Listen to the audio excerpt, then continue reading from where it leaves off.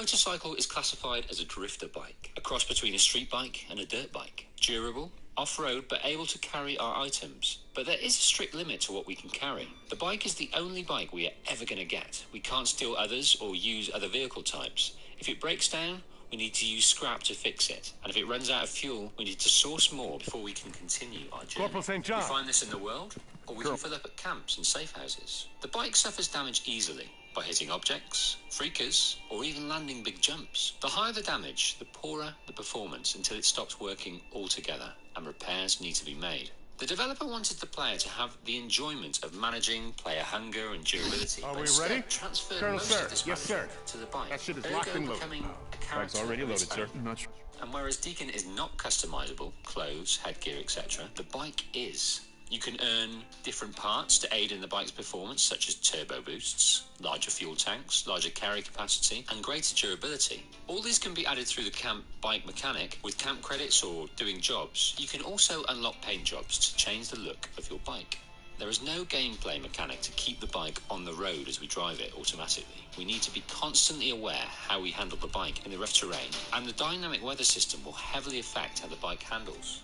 The weather mimics the changeable weather that exists in the Oregon wilderness. One minute it could be sunny, the next snowing.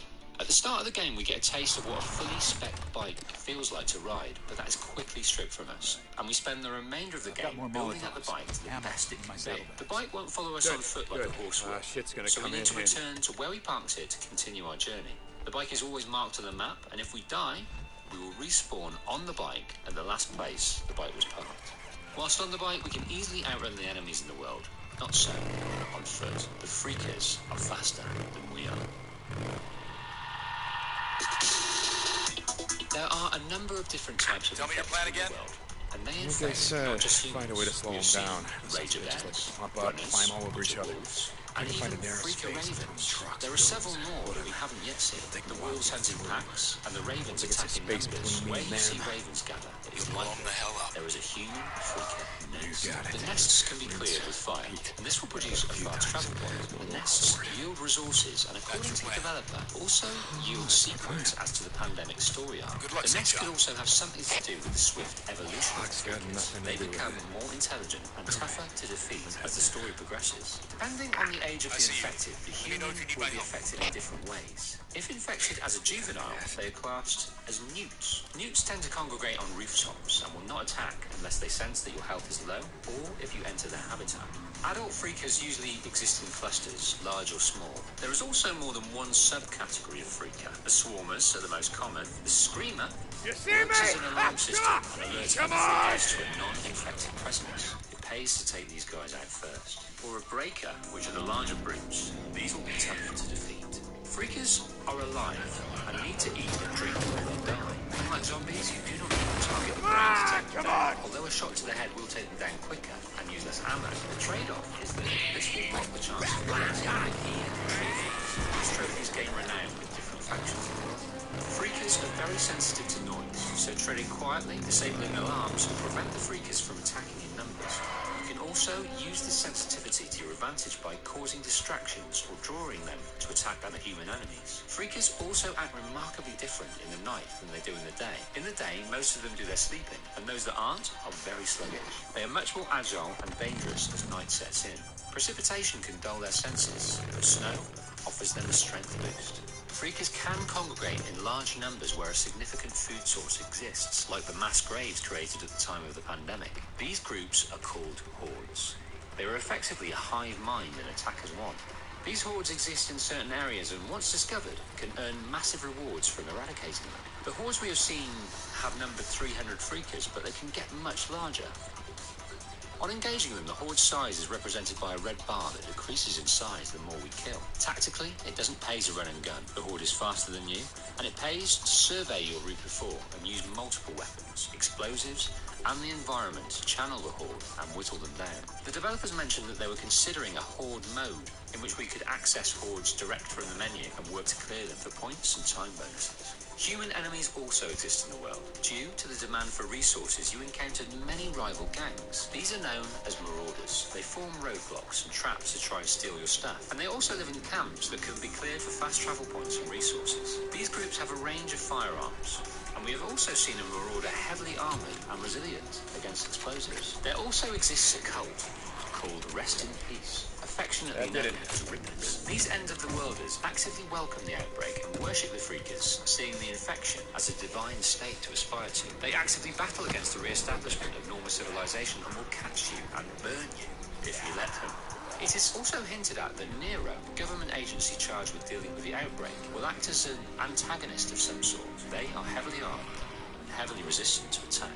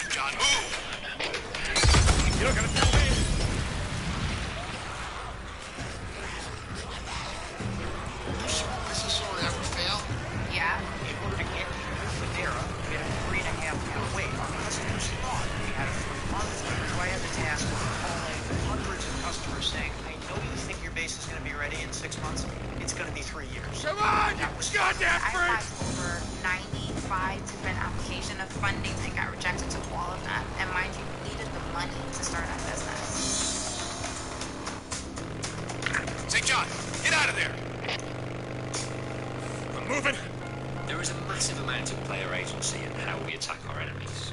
We can employ the full spectrum of offence from stealth to all-out attack.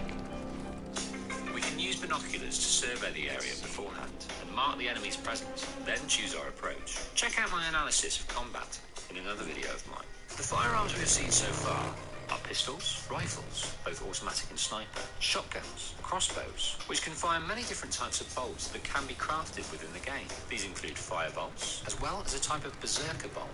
These are fashioned using a psychoactive substance that can only be collected from the freaking nests. The victim of these bolts turns on those around them. Deacon can carry many of his firearms with him. It can be accessed through a weapon wheel, where you can choose a weapon from the ammo top. There is a limitation on ammo.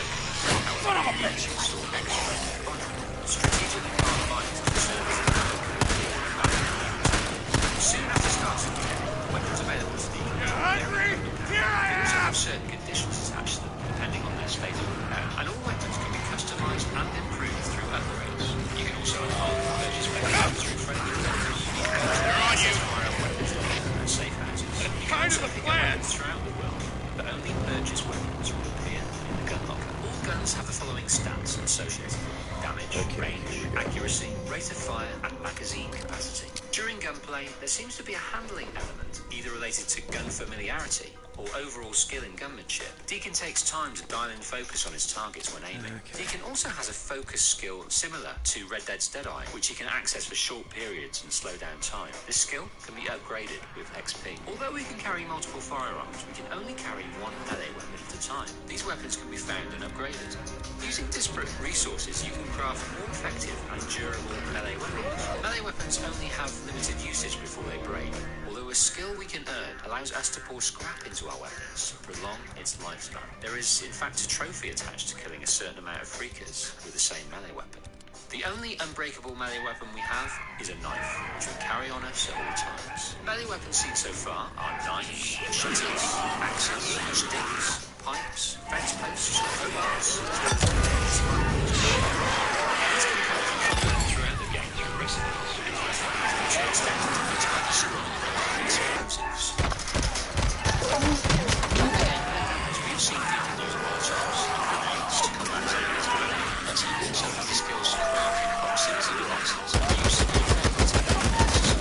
Preventing them from multiple enemies is to attach to other explosive items.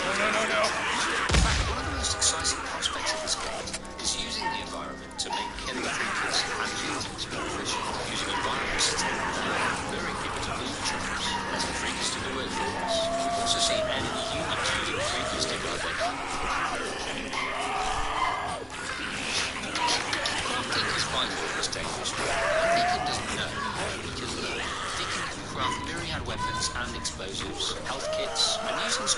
fit his weapons and his body. Along the way, we can learn skills and recipes that will open up new resources and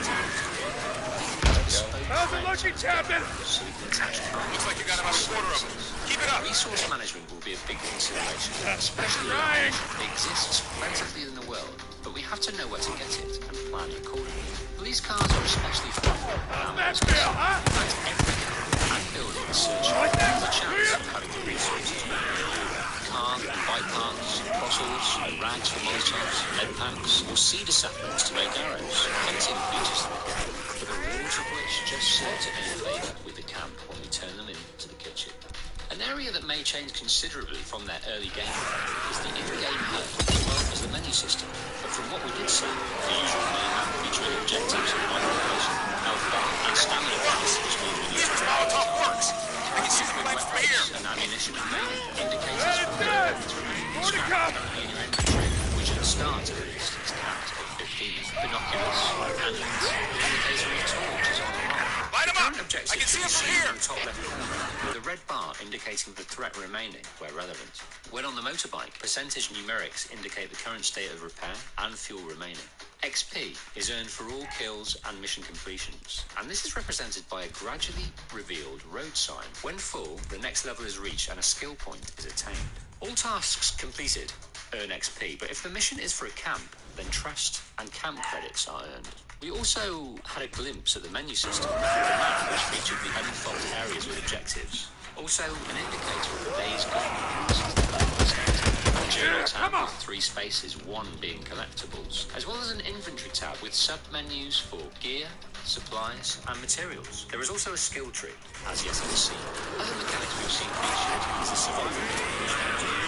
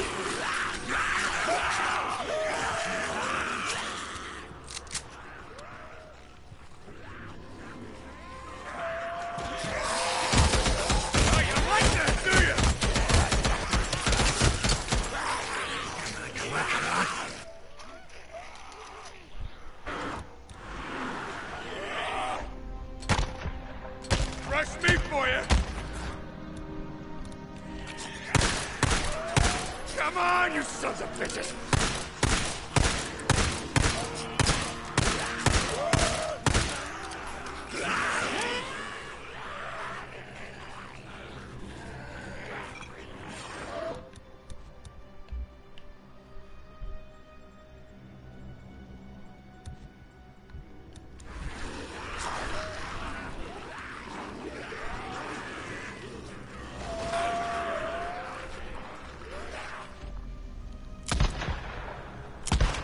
How's that feel, huh?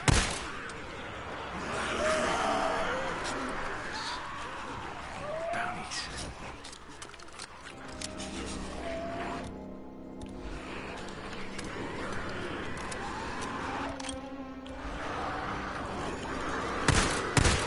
You like that?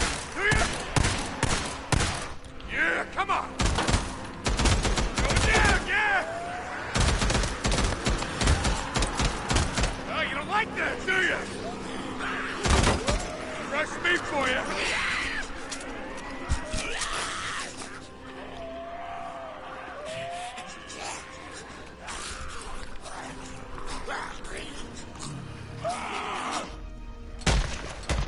Come on, you sons of bitches!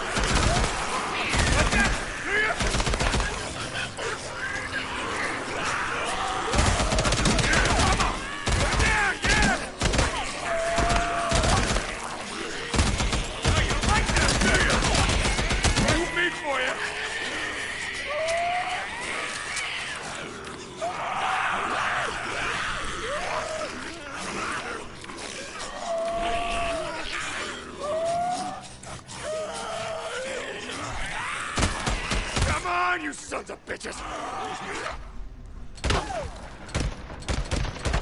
That fail, huh?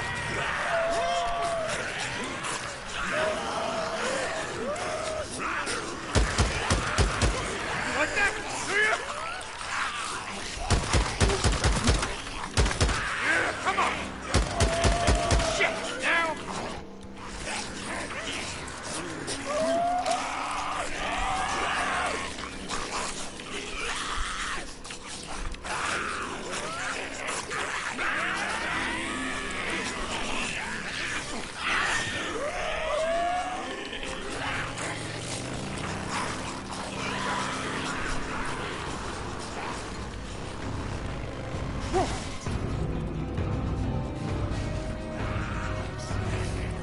Bad.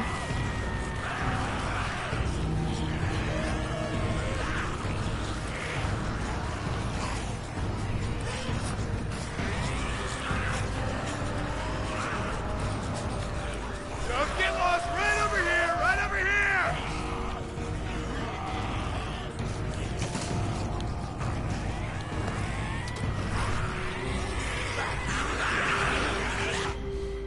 You can be in? I can come in?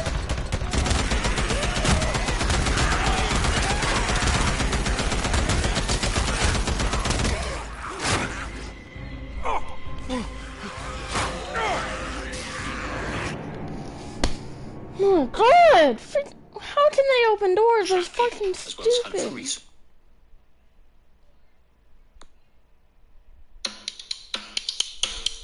do we have to do this story in this shit? Impossible. I've got more Molotovs, ammo, in my saddlebags. Good, good. Shit's gonna come in handy. Yeah.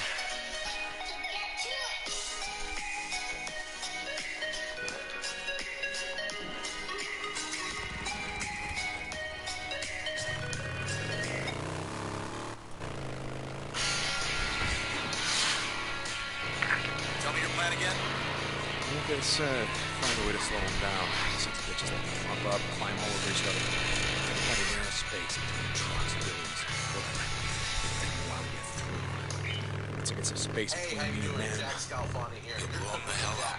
Welcome back to the show. You got it. My black cat, my yellow one, is still with me from my son's little antics with the That's my plan. the big top cupcake scene. Good luck, St. John. You know how that turned out. Anyway, I still Luck's have got nothing to do with it.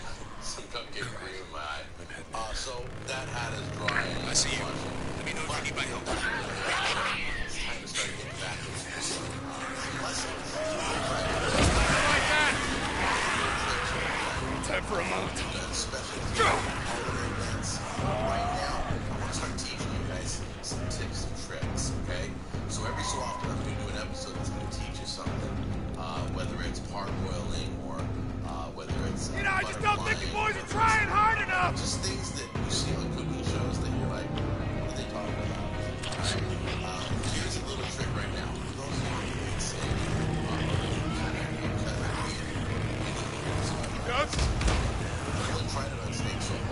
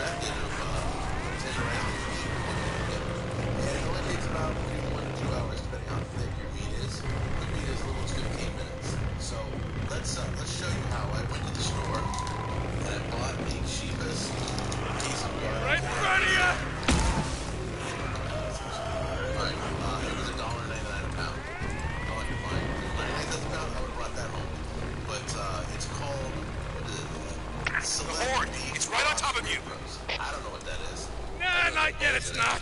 Anyway, let me show you how to do this. We're going to do a side-by-side comparison. I had the butcher take a thick piece and slice it right in the middle. So we have Time for a little two fire and pieces of the fury. same steak.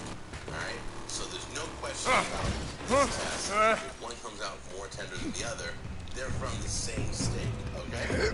All right, so let's take a look. All right, 2 clean pans. I'm gonna open up these steaks, put 1 in each. Don't forget to wash your hands. Wash your hands.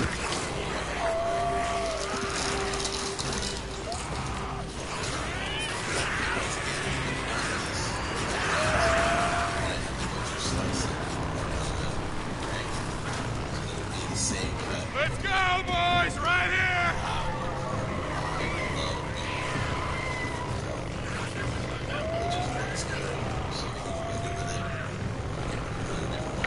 St. John, the road is moving. Okay, it's on that right now. Yeah, that's the idea! Okay. Next thing you're going to do is you're going to take sea salt or kosher salt. That's a very coarse salt. We're going to take Fire in the hole! sea salt.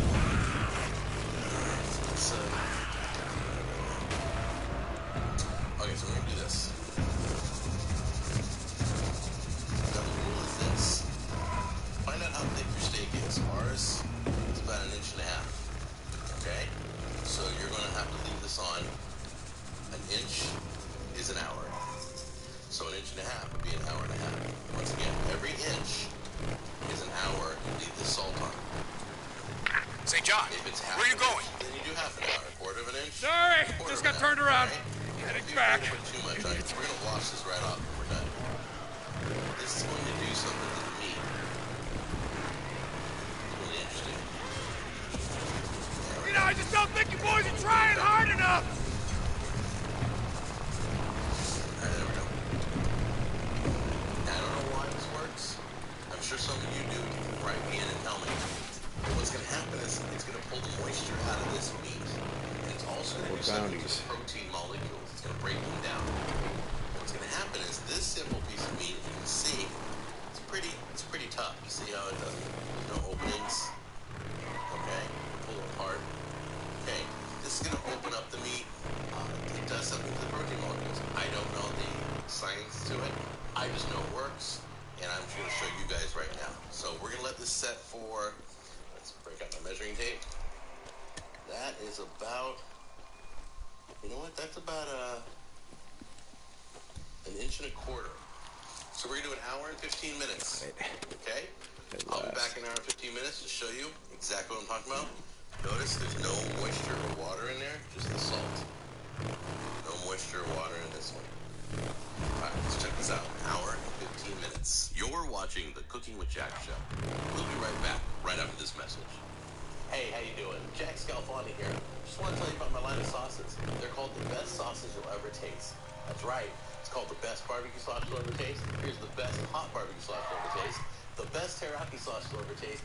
And the best gourmet seasoning you'll ever taste. All of them come with a money-back guarantee. And if you live in the United States of America, I give you free shipping. I'm pleased to announce that my friends in the Great White North in Canada, I have now set up an order page for Canadian orders. I don't do free shipping, but now Canadians can order sauces. Check it out. The best sauces. It's been 1 hour and 15 minutes. Destroying all the water out of it. You can also see. Here goes nothing!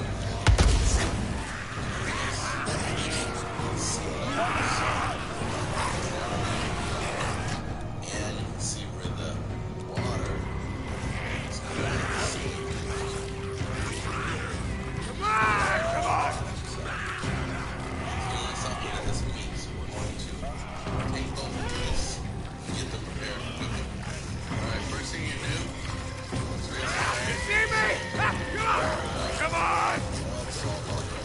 Notice the salt on the leaves.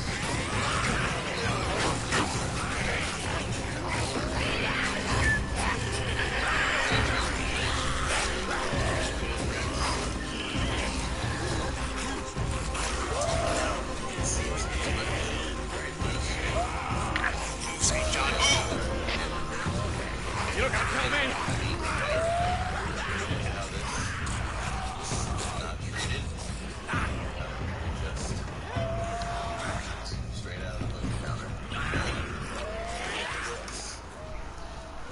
lot more falling apart. You know, you see the grooves, the separation. See that separation right there? Separation right in there. All these grooves that have been created. It just seems to be falling apart in my hands. It's not quite as firm. Turn it the right way. Okay. It seems to have opened up the meat. There you go. Now we'll take this out and grill these. Now once this is clean of salt, season both of these however you want. I'm going to season them up. We'll take them out to the grill, bring them right back, and we'll do a taste test to see if this